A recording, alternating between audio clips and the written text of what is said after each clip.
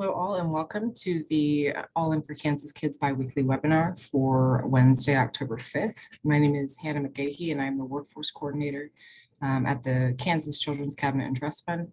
And I'm joined by our Administrative Specialist, Megan Brohoff. She'll be putting links in the chat for us. So be looking for those as we discuss various topics on the slides.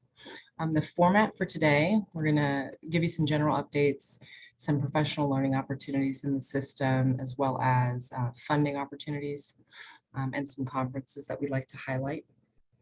And then we have a presentation from Kim Polson with the Community Children's Center in Douglas County, and they're doing a lot of really great things that touch into many of the topics that we've been discussing at a lot of our recent webinars.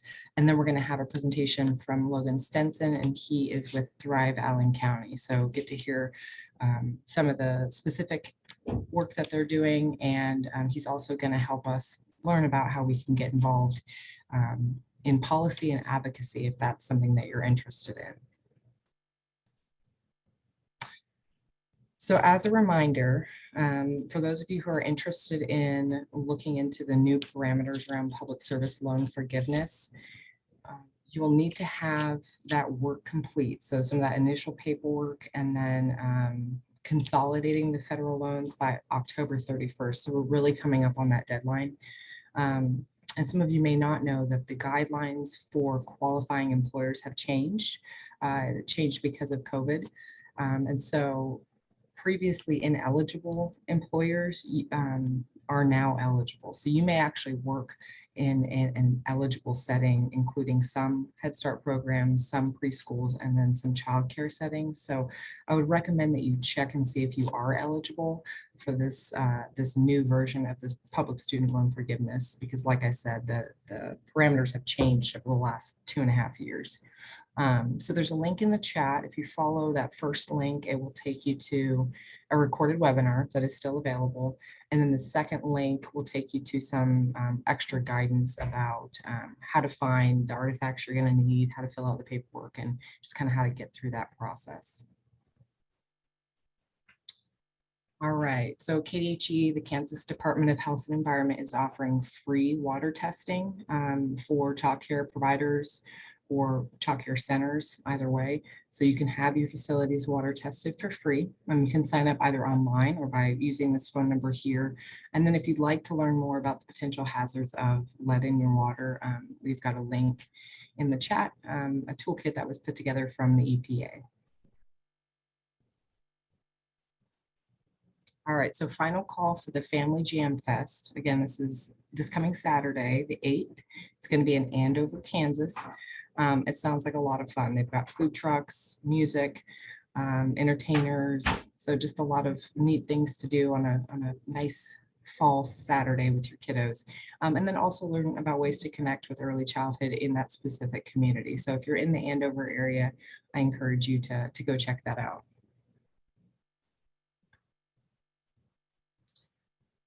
Okay, so many of you may have heard of the last few months, some potential changes that are being proposed to a specific regulation.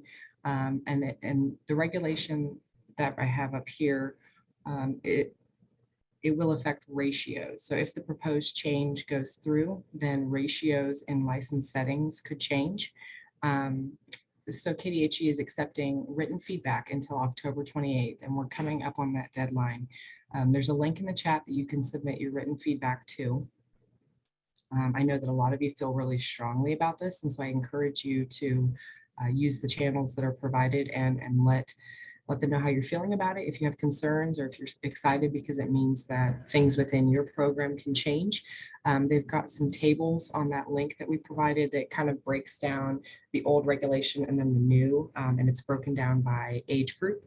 Another thing to highlight is this Friday, we're going to have Drew Duncan with the Kansas Department of Health and Environment come and speak at our early childhood group meeting, which is in the afternoon. That's 1:30 to 3. And so he's going to give us a little bit more information about this proposed regulatory change, and really encourage you that if you feel a certain way about this, to provide feedback so that decision makers can hear your feedback. But he'll be joining us on Friday.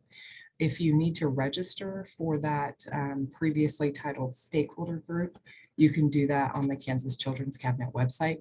And there's a link on one of our final slides that will take you there. So that's another big meeting that we have coming up this week. Okay, so the child care workforce appreciation bonuses are still in full swing. We're currently in the application period for school age and drop-in programs. So if you missed your application period and you're in a different setting, I would still encourage you to connect with Child Care Aware of Kansas and make sure that all of your information is correct in the system so that you can start the process of getting your workforce bonus. Again, these are one-time payments of anywhere from $750 to $2,500. And the goal is to reach about 20,000 childcare providers or childcare workforce representatives. So it's a really big deal. We heard recently about how it's going, and there's a few technical glitches with actually getting the money out, but overall it sounds like the process is going really well and that providers are getting their bonuses. So if you haven't verified your information yet within Child Care Aware Kansas's database, please do that, because if you're the setting that you work in, if the application period opens up for you here in the next few months, if you're not one of the settings that has already got your bonus, it will inhibit you from getting that bonus if your information is not up to date. It will create a delay. So try and take care of that. We've got a safety webinar series to talk about situational awareness, de-escalation, home visiting safety, and then emergency preparedness. It's a series of 4 webinars. There's a package deal, as you can see, and then there's also rates for Kansas Head Start and members and non-members. So I would definitely check that out. They're all approved for KDHE clock hours if you need those. And these webinars are put on by the Institute for Childhood Preparedness, and then of course in partnership with the Kansas Head Start Association. Okay, so going to be one of our probably final reminders about this, but it's so very important. So parameters around Medicaid and CHIP continuous enrollment were modified during the pandemic, and they're going to go back to their original state here shortly. So if you or somebody you know is benefiting from Medicaid or that CHIP continuous enrollment, because of the modified parameters during the pandemic, that will be changing and you could be losing health coverage. And so I would encourage you to go to the link provided, watch the webinar, look at the information, and make sure that either yourself or somebody you know is not going to lose coverage. And that way you can start preparing for some alternatives. All right, so last thing that we have for you in our updates is just a reminder about some of the great conferences that are going on. So this weekend is going to be the Ksa Eyc Conference in Manhattan, which I cannot wait to hear what they come back with. I looked at the menu of offerings and it was very robust, looked very engaging, and they are partially in person. So I'm sure it's going to be a great networking opportunity. We also have the Kansas Breastfeeding Coalition annual conference and meeting, and that's in Wichita, October 13th to 14th. You may remember 2 weeks ago, we had Brenda Bandy from the Kansas Breastfeeding Coalition come on and just talk about how exciting that opportunity is. It's a completely free conference. I believe they feed you too, so win-win. But really just great way to network, get involved with advocacy or policy if that's what's interesting to you, as well as learning more about breastfeeding friendly workplaces and how to advocate for breastfeeding in childcare. We have the virtual Mom and Baby Action Network National Summit, and then also the Parent Leadership Conference. So that's the final local conference that I'd like to remind you of. And again, this is a free opportunity as well. November 4th through 8th, and it's here in Topeka. It's one of the downtown hotels will be hosting it. Opportunities for engagement for young children, adolescents, families altogether, just parents. And this could be any family, right? So maybe you're a family that has some special healthcare needs. Maybe your child gets supportive services at school. Maybe just need a little bit extra support or some fresh ideas about how to communicate and collaborate within your family unit. So if you are interested in attending, we're going to be giving you information as soon as we get it. As far as I know, we don't have an open registration link. And then the other thing I will say is that they are providing some scholarships for hotel stays for those families who are traveling outside of a specific radius. So if you or someone you know is interested or would need that hotel voucher, you can email Pam Noble at KCSL. She'll be your point of contact for that specific need. Okay, and with that, I'm going to go ahead and introduce our first speaker. Kim Polson, again, is the Executive Director of the Community Children's Center in Douglas County. We have had Kim on before for a webinar, kind of at the early stages of all of the great things that they were putting together in Douglas County. So I'm really excited to see what's come to fruition and the growth that they've experienced. Thank you, Hannah. Again, Kim Polson, Community Children's Center. We're in Douglas County. I appreciate the opportunity to provide an update on where things are. You may recall that I presented back in March on our approach to the early childhood professional life cycle. A lot of things have happened over the last 7 months. So wanted to kind of give you a status update as to where we started and how things continue to evolve as we move forward with impacting our early childhood systems and infrastructure in Douglas County. You can go ahead and shift to that first slide. Thanks. As many of you are obviously familiar with this graphic, the All In for Kansas Kids mixed delivery system model. This is where everything began. As we started having discussions about how to impact early childhood in our community. This was a bit of a roadmap for us as to who needed to be around the table for discussion, decision-making, and collaboration. So you can go to the next one. I presented this very briefly in March as we had a different topic other than the specific model, but this is the model that Douglas County created, a cross-sector collaborative work group beginning in the summer of 2021, pulled together this model as a way in which to incorporate that All In for Kansas Kids mixed delivery system model while impacting our specific community needs that we wanted to address. And first of those was a family resource center, and that's a welcoming support of wraparound services for families with young children. When we're talking with a family resource center, our approach is always going to be to collaborate rather than duplicate. And so we have definitely engaged with our collaborative partners in our community to identify additional ways that we can be another access point for families with young children, as well as supportive navigation to those services. Now, when it comes to the Family Resource Center, one of the things that we had already started down the path of the National Family Support Network Family Resource Center model as our guide.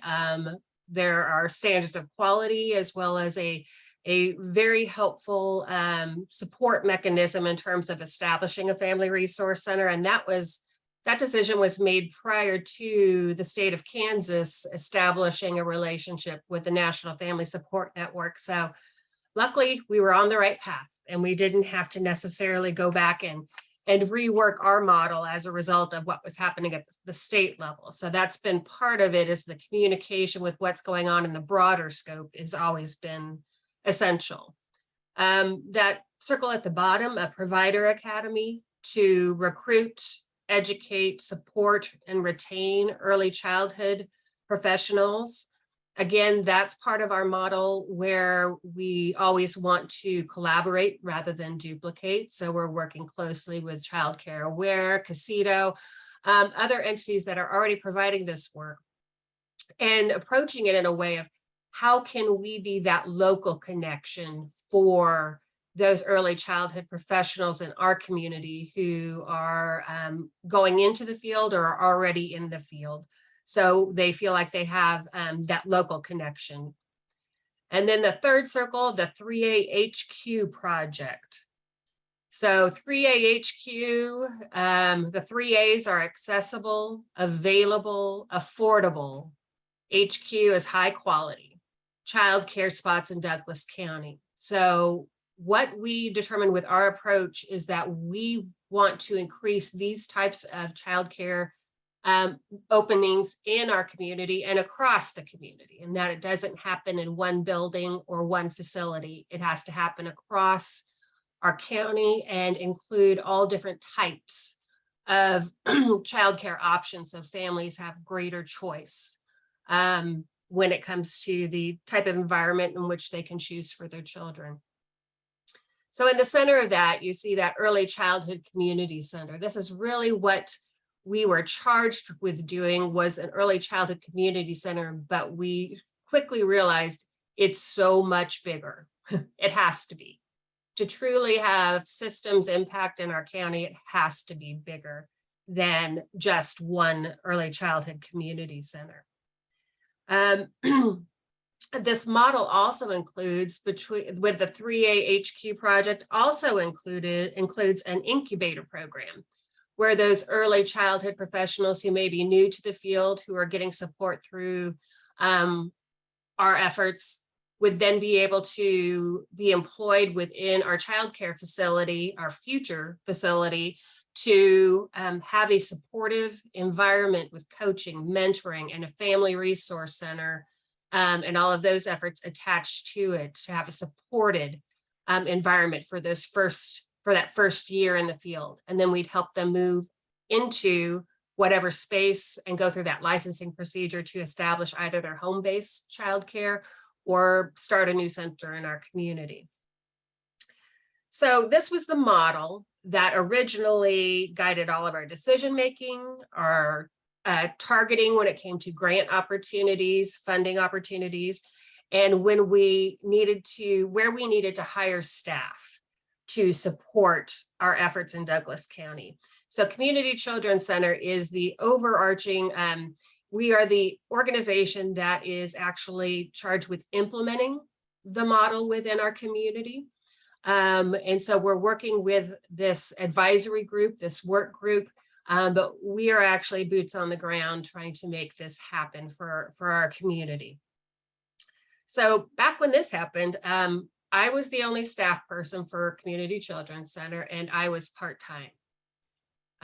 Looking at what we want to accomplish, we knew that staffing was going to be essential. I'm glad to say we've added 2 full-time staff and have also a half-time staff member who are supporting these particular aspects of our work. But as community conversations evolved, so did the model. So if you go to the next slide, I'll show you where we are now with 2.0 and how things have shifted, not necessarily changing, but evolving how we are approaching this. We added this large green oval with a family-friendly workplace, which encompasses all of our work because it's much bigger than our early childhood systems. It's our community as a whole. And our community views childcare capacity and quality as essential for economic development. And to date, very rarely have employers been brought to the early childhood table to have a discussion. So we are working with the Kids Are Good for Business campaign and the Kansas Children's Service League. I think I saw Dana on the call, who is our technical support, to implement the family-friendly workplace survey that is available and is analyzed through Wichita State, to begin the conversations with our employers and about the private sector role in both creating and sustaining early childhood systems in our county. So the survey, the free survey that is available, and I'm giving you a plug, Dana, you may get much more calls after this or emails, but the survey is getting us to the table with employers. It's also giving them an opportunity to capture some data points that they can use within their organization to spark decision-making and funding possibilities. And we're already in discussion as we're moving forward with this. It's already sparked discussions about building childcare facilities in our business park areas and our manufacturing sectors and being shared across employers to share risk and opportunity. So it's definitely something that is essential for us as we move forward to include this aspect in our work. We were also able to get Work Well Lawrence, which is a subgroup of our Live Well Lawrence effort, to focus on family-friendly workplace practices further symposium, which is the 1st of November, which engages our our entire community in those discussions. So I anticipate we'll be moving even further along with the family-friendly workplace.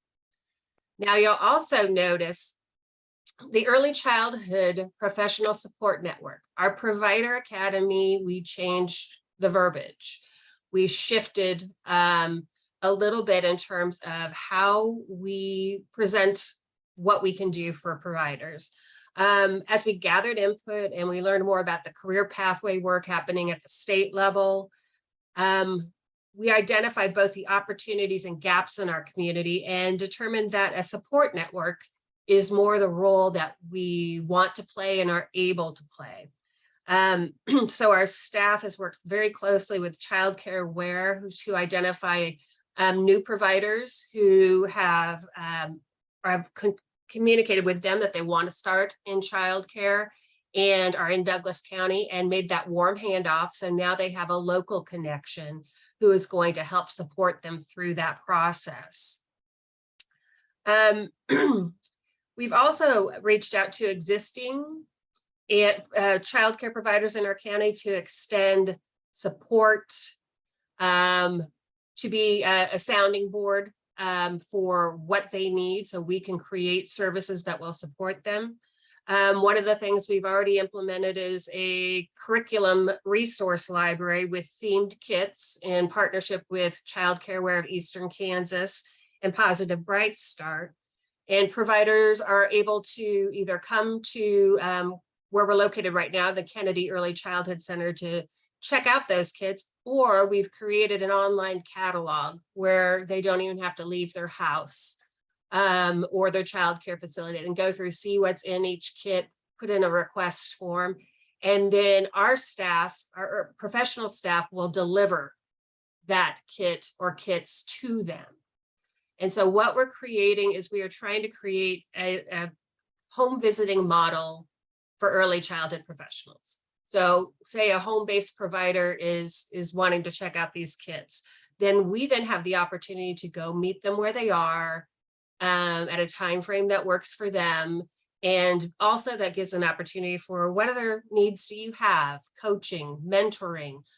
So it begins that supportive network and that trusted relationship. So we will deliver those kits and pick up those kits because we see that as value added for our provider community. We've also begun doing hosting opportunities for social engagement and interaction with providers across our community. We recently had an open house at Kennedy Early Childhood Center and had over 20 providers who came in to see the kits, check out those kids, and be able to meet us and have those conversations. So we're doing that also in the other areas of Douglas County. For example, hosting just social gatherings after work hours to allow providers to get together and have that cohort experience. And we're finding great response from the chambers of commerce in our various cities in Douglas County, who are more than willing to help us find a space, provide some food in an effort to get early childhood community providers talking, engaging, and us being able to help support them. The next steps with the Early Childhood Professional Support Network will be shared services. So we plan to establish relationships with professional services like accounting, bookkeeping, legal services to allow early childhood professionals in our community to access these services at a reduced expense, as well as utilizing shared purchasing power with community children's center serving as that hub for purchasing and distribution that will hopefully create the opportunity for reduced expense, because we know anytime we reduce expenses for early childhood professionals, that's more dollars that go into their pocket and help increase those wages. We also have established, in partnership with United Way, a DCF Bridging Fund. And what that fund is, and it was called out specifically in our community health plan to reduce poverty, was to increase the number of early childhood providers accepting subsidies, as well as families utilizing, because we knew it was a low number within our community that were actually taking advantage of that opportunity.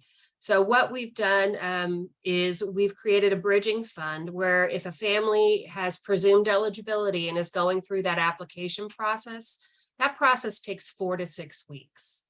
And that family likely needs that childcare the next day in order to go to work, to accept a new job, to keep a job, and needs childcare immediately. So we have created a fund that could provide coverage for those costs for up to 2 months during that processing period.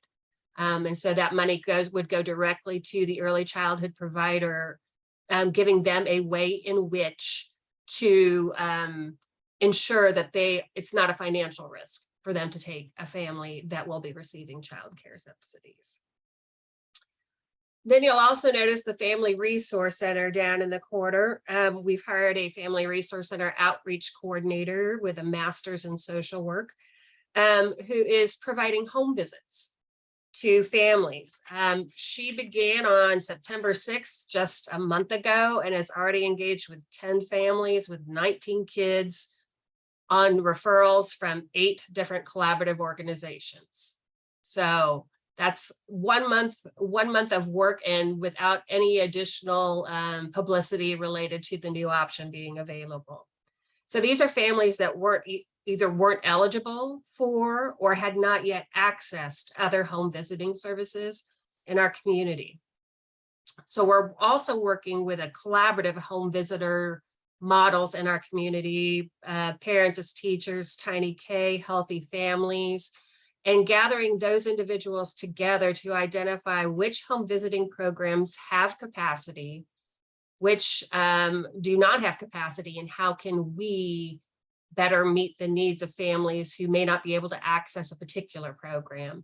So that way we make sure we are spreading the power of the home visiting model as much as possible across our community, regardless of any specific criteria to qualify for home visiting.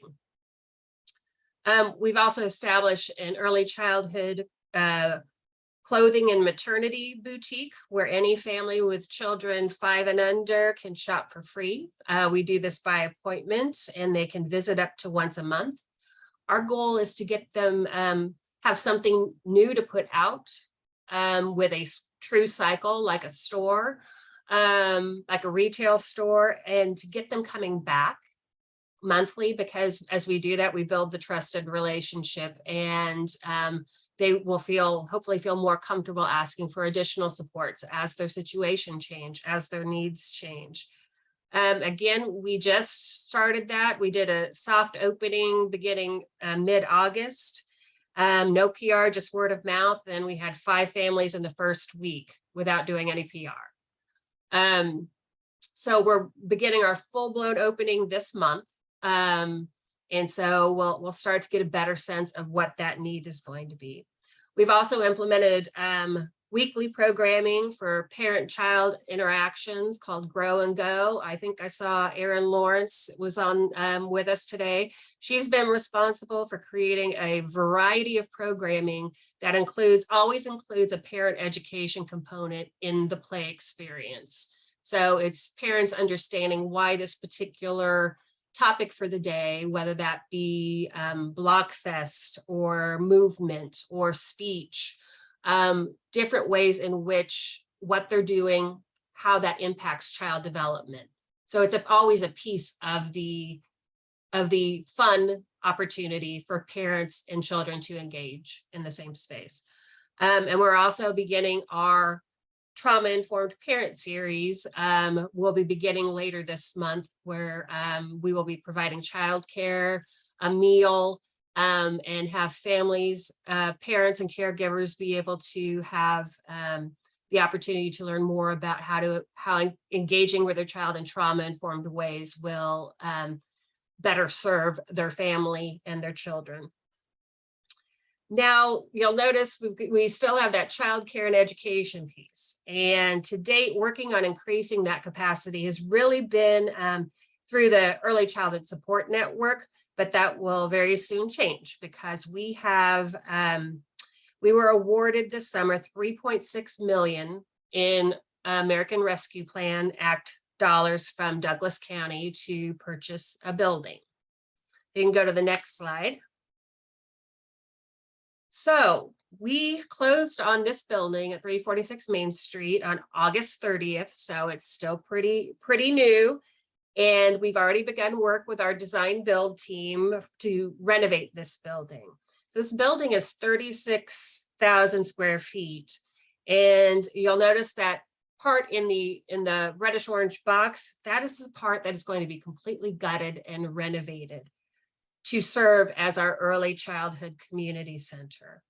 On that right side of that box will be a childcare facility with 7 classrooms to provide care for up to 70 infants and toddlers in our community.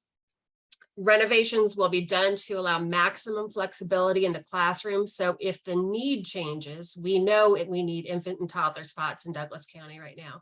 But if that need were to shift, that we are creating classroom spaces that could flex, and we could shift the age ranges served as the community need may shift. Tuition for this childcare facility will be on a sliding scale to make it more equitable and accessible for all families in Douglas County. And we are also looking for our business sector to provide funding to subsidize childcare, whether that be through secured childcare slots for their employees, sponsoring a classroom. We do plan to offer second and third shift care for those families who do not work traditional hours. So we'll be doing that in the future, and anticipate the private sector will come into play in terms of subsidizing that in a significant way as an employee benefit. The left side of that will serve as the community center space. That will include all family resource center activities, including a community store, which will not only have the clothing closet aspect to it, but also a food pantry aspect to it, including ready prepared meals that families can walk away with. If they come and pick up their child from the childcare facility, have no food in the house, don't have time to cook dinner, then they have access to food that they can take home and simply warm up and be able to have access to a family meal. Also within that space will be an indoor play area, which we really could use in Douglas County. We have very few spaces where children under the age of 5 can burn some energy and have some developmental opportunities without having to pay a fee for entrance. So this will be a community space for that. And that spot will also open up and serve as a community gathering space for community programming, educational opportunities, our collaborative partners to come in to present to early childhood families, and as well as everything down to a child's birthday party, where families could access this space in the play area as well. So we want to make this as a welcoming space where families feel they can come in, do access what they want and need to access, but as they continue to come in, that relationship is built. One of the other aspects about where this building is that this building is on the same block. It's across the street from our hospital. It is down the street from our Loris Douglas County Public Health. It is down the street from our Community Mental Health Center and our new Treatment and Recovery Center, as well as giving us the opportunity to make that warm handoff truly a warm handoff. We're also talking with those entities about being able to provide childcare when parents have appointments, so they could focus on their own well-being without having to have a child in tow with them for a medical or mental health appointment. The other half of that building is leased space, which allows us to have a more sustainable funding model. All those spaces are leased to either early childhood practitioners, pediatric dentistry, family dentistry, a pharmacy, and Burt Nash, our community mental health center. So they're all services that are serving our families. And we intend to always keep it that way with who will be leasing spaces. So it's a beautiful building and model. Renovations begin in January, and we anticipate they will be done within a year, and we will be ready to open childcare facility in 2024. So I know we're out of time, so I will leave it at that. But one thing I did want to point out is that we've got to make sure that as we're talking, now we're to the point where we're talking with our community and starting a capital campaign. We now have to begin to shift our verbiage, and it needs to be more accessible. We started with that very detailed model with a lot of early childhood verbiage, and now we need to simplify that. And so making it very accessible to our community. So that's it in a nutshell. If anybody has any questions, I know we're pretty much out of time, but if you have questions, feel free to reach out to me.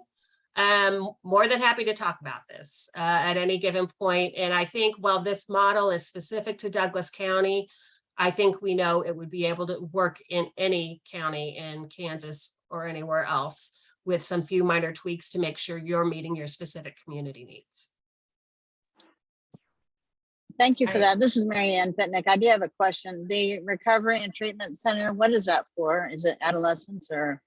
It is a mental health treatment and recovery, mental health crisis and recovery center that has been developed in collaboration with our Burt Nash Community Mental Health Center and our local community hospital. So it is for any age that would be in mental crisis.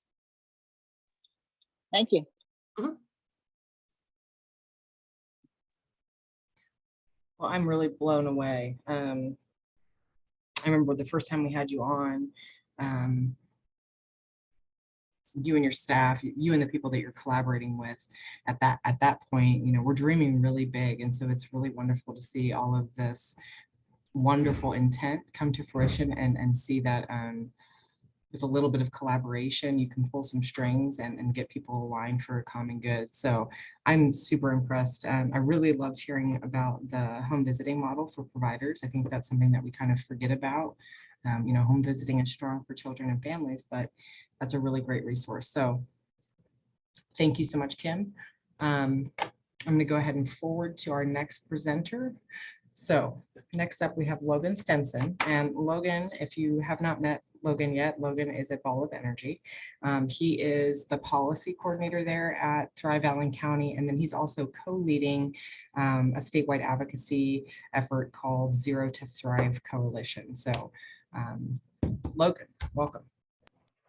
Hey y'all, good afternoon. Thank you so much, Kim, for your presentation. That's so exciting. I'm excited to tour and visit that facility whenever it's up and running, because I think it's amazing how holistic and comprehensive you all were thinking in regards to what that space could be and how it could serve your community, and on top of all the other incredible work that you've kind of helped foster in that collaborative space. So yeah, my name's Logan. I work for Thrive Allen County, which is based in Iola, Kansas. But I work mainly, and my entire job is focused on this Zero to Thrive statewide coalition. So even though it can be confusing since I work for a county-based nonprofit, we are working statewide in trying to collaborate and advocate with fellow stakeholders across childcare to economic development and families to push for policy investments within childcare and other areas of early childhood development that I'll kind of dive into a little bit more. Can we go next, Hannah? Alrighty, so we don't have to fully answer this question, but I wanted to give you an idea of a little bit of what my visits, what I start off with when I talk to community members. I base my conversation around this question, and people begin riffing off on a few folks in their life that are young, and there'll be maybe people in their family or people in their community, their neighborhood. But how I end it is saying, those amazing, keep those people, keep those children centered in your mind, because the one thing is that those kids are not and cannot advocate for themselves in the state legislature. And it's very important that not only us and the people in this room, and I understand that I'm preaching to the choir when I say that to this audience, but it highlights the need for us to expand our network and to get and activate more people in our community to be legislative advocates for childcare and for early childhood advancement in this state. Next one, Hannah. So when I think of this question about who are we connecting with in our community and thinking about who are potentially really great advocates, these are some of the questions that are guiding in that principle. And so, when I think of even just Kim's presentation, I felt like there was a lot of parallels when you were just ending, where you talked about how we're now trying to work more broadly within the community. So we need to maybe simplify our language, figure out what ways in which we can activate people to show them, hey, it's within our self-interest and your self-interest to work on this together, and we need your support. So as much as that applies to programmatic investments when you're trying to do local efforts, that same principle applies when doing state legislative advocacy as well. And so I would love for everyone on the call just to begin thinking about not only how do you advocate, and I know that often a lot of you are very active sometimes, in the legislative session or outside of it, and with, submitting comments to your agencies and other forms of advocacy or lobbying. But I guess the challenge is trying to connect with other people and trying to build broader support in maybe communities where they have not gotten connected with these advocacy efforts, or historically have been maybe left out, which is where our coalition work kind of begins to come in. Can you go next, Hannah? And that's the reason why, this is important is, for me, something that is very a source of passion, a source of admiration for our state was the first time I remember taking a tour of the state capitol building. You're downstairs, and there's this quote from the Kansas Constitution, and it's very powerful. It's inspirational, but then when I read it to people, they're like, it doesn't really feel true, right? Like, this is an aspirational phrase, but political power really does feel like it's in the hands of the certain decision makers that wield it. And so the whole conversation that we're having in our advocacy is trying to connect with more people to build power and build support for these early childhood initiatives. And if, as you all, I'm pretty sure, are familiar with the All In for Kansas Kids strategic plan, working with our elected officials and community partners and collaboration is a pivotal component of it.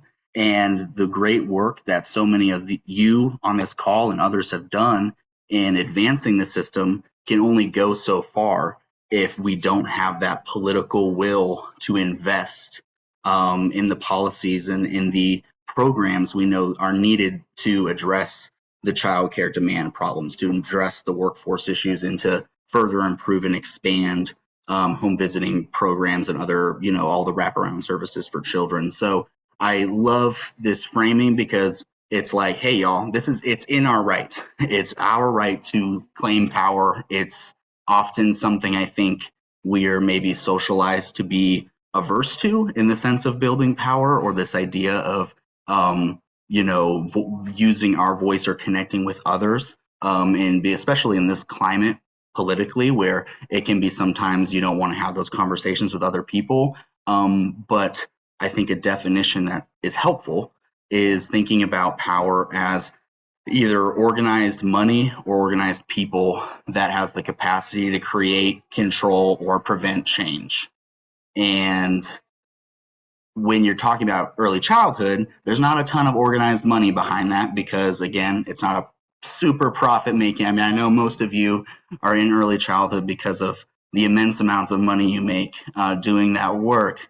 But, you know, with that in mind, really the source and our focus needs to be on building that people power, building that organization. And I think the opportunity that I've seen across the state is that there's so much collaboration happening. There's so many people already organizing together to address childcare in their local communities.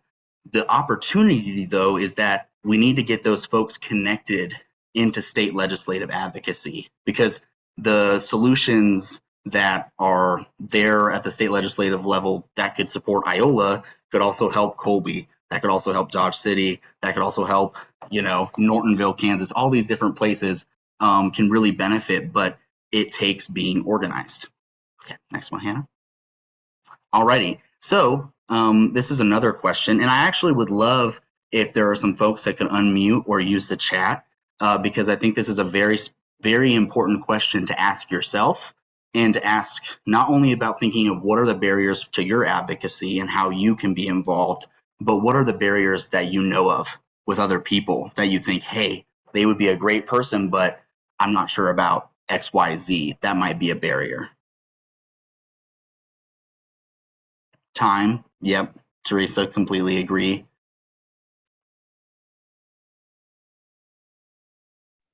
I think that sometimes people, I think it's an equity issue. Sometimes people don't feel like they're maybe a good enough public speaker or a good enough writer. And so that kind of, it becomes an equity and an access issue where they feel like they have a message, but they don't feel confident in the way they're going to deliver it, which is, you know, heartbreaking because that message that they have is so meaningful. Yeah. Yeah, exactly. Kim, to me, that one is one of the biggest, is just that, and it kind of tackles on to Hannah's as well, that point of where do you begin? Where do you start?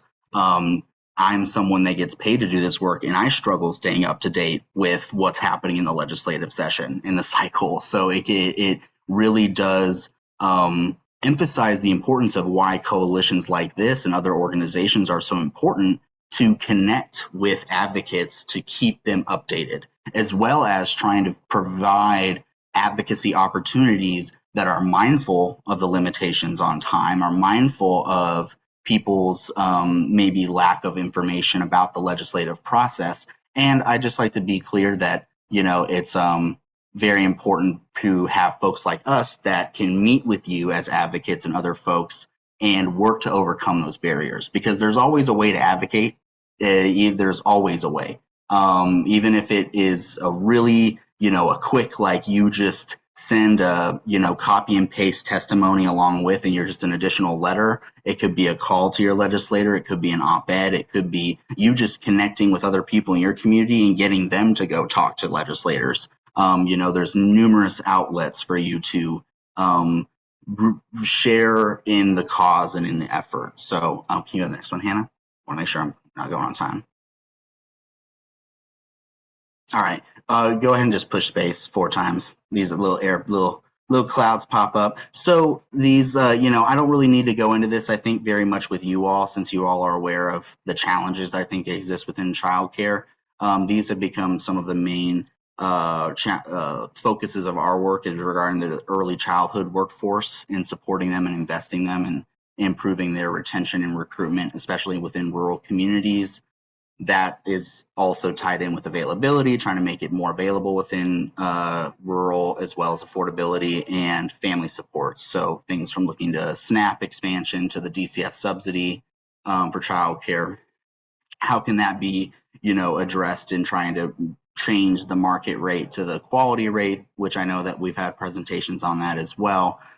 So those are just a few highlights of areas of focus. Next one, Hannah. All right, who is Thrive? This is our organization. This was Christmas party last year. You can go to the next one, Hannah. Just a Oh, second. So I want you to know, Logan, so I do the yeah. excessive, first of all, I just love everything about this picture. And it Uh-huh. made me giggle because I was not expecting it. Mhm. But I had to do accessibility for these slides. And so I was giving the caption descriptions and I had a Uh-huh. lot of fun with the hats. Okay, good. Yeah. Lots I of bet that fun. was fun. So just a very brief aside about Thrive Allen County, so you kind of know who we are. We are a very broad health and wellness economic development organization. We work around transportations, trails, healthcare navigation, substance abuse recovery work. We're very broad. I happen to be the early childhood childcare. You know, I'm with you all in my work, and so that's where it kind of started. And so I wanted to give you a brief little history because of its connection with the systems and why we got involved. So Thrive Allen, originally we organized a group of childcare providers and they let us know about their needs. Also, I'm saying the royal we because I was not hired at this point.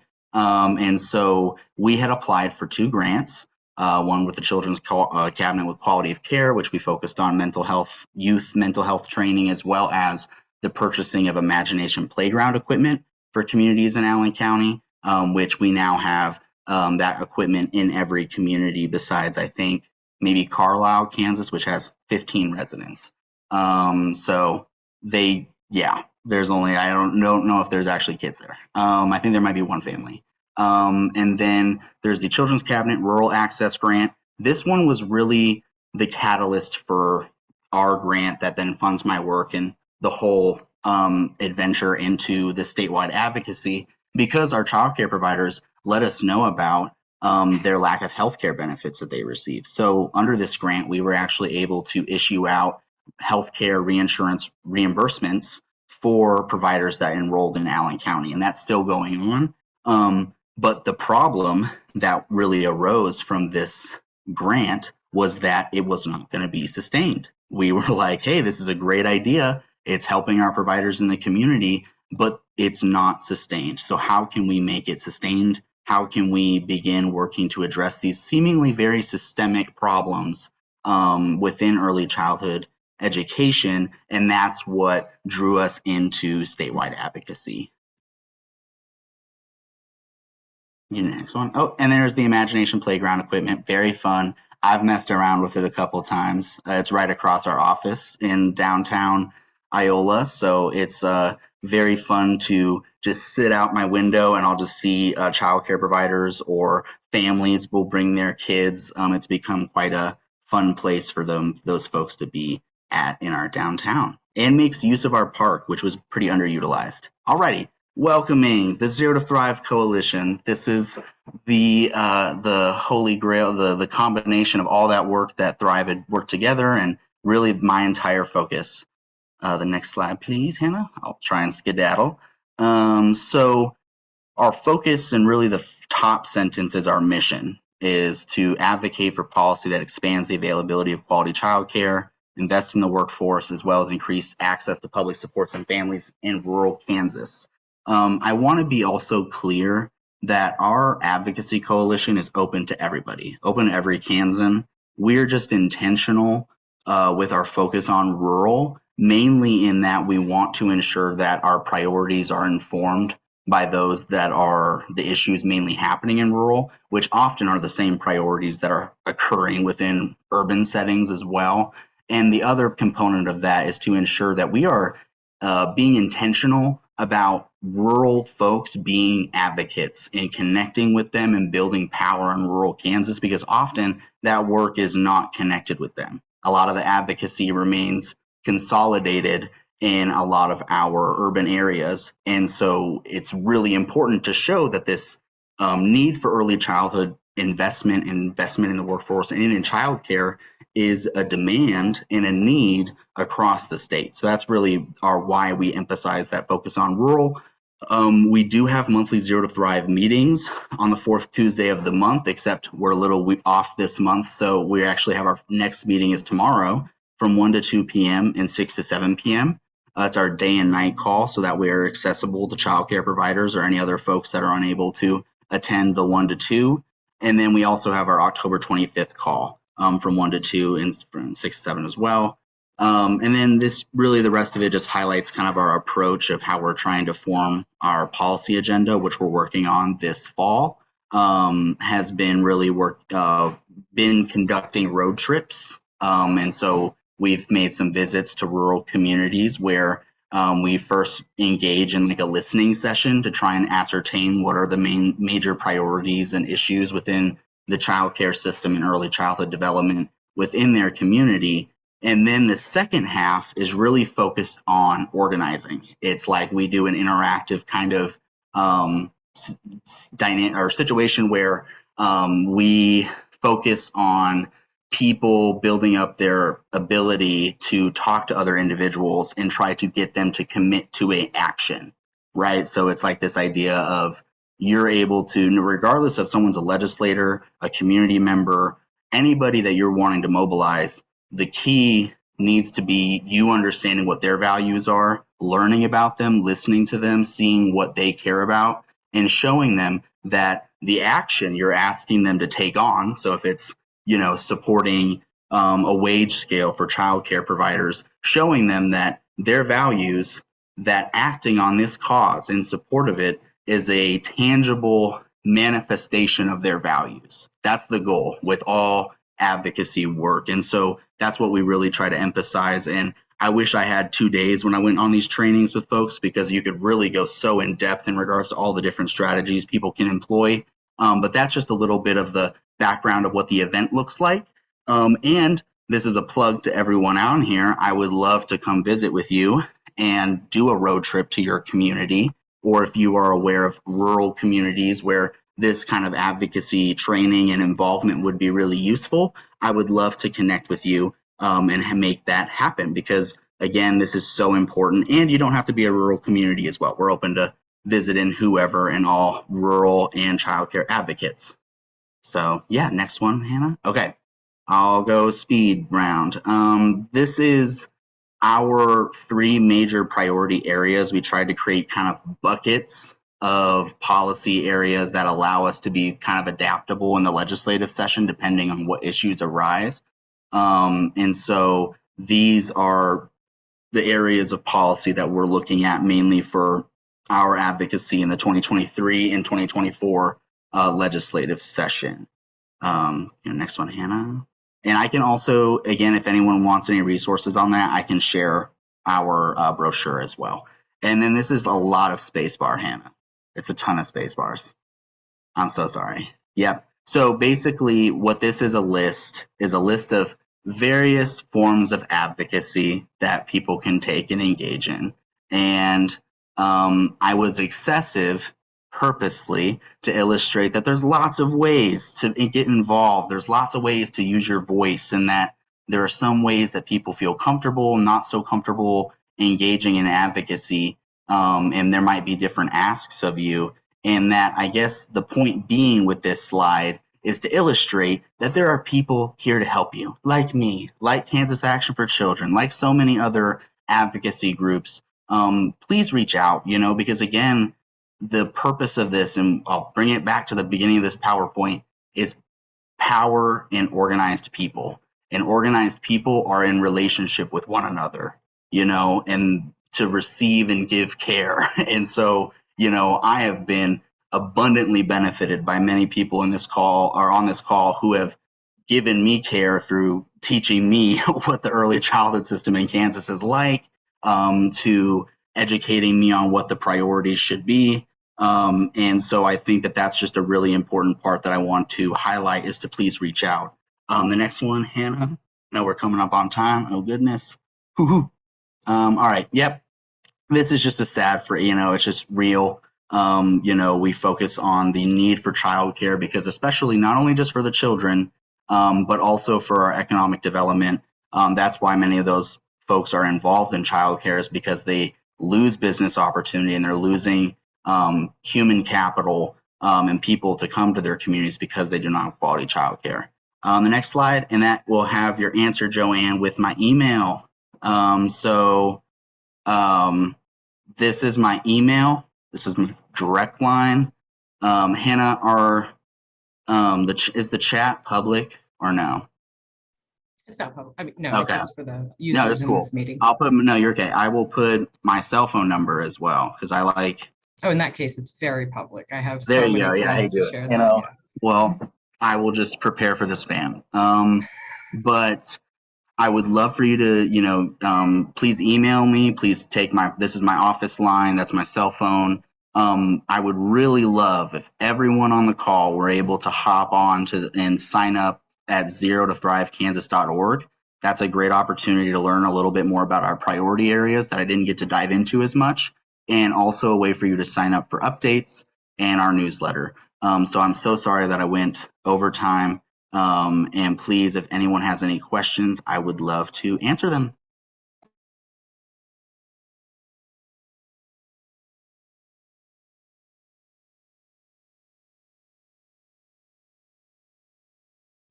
Well, we got a double treat today. Thank you both so much. So a few things before we go. Our next early childhood recommendations panel meeting is always the third Friday of the month. So it's October 21st this month. Our next webinar is in 2 weeks, October 19th. I don't remember what it is, otherwise I would tell you now. And then we have, like I said, October 7th. So this Friday, we have our early childhood meeting as well as the full cabinet meeting in the morning, the children's cabinet meeting. On the agenda for stakeholders is, like I said, presentation from KDHE about that ratio regulation, and there's still time to give feedback. And then we're going to have a presentation from KUCPPR talking about a few of the data collection initiatives they have going right now. A lot of it has to do with home visiting, and will inform some of the things that we're talking about today. And then I'll give you all just a quick workforce update. So career pathway and registry. I believe that we have both of our presenters' information in the chat. So I would encourage you to connect with them. They are just so innovative in doing such great things in their communities. And I'm sure that they would love to share how they did it more in depth with you. So reach out if you have questions, and we will see you in 2 weeks.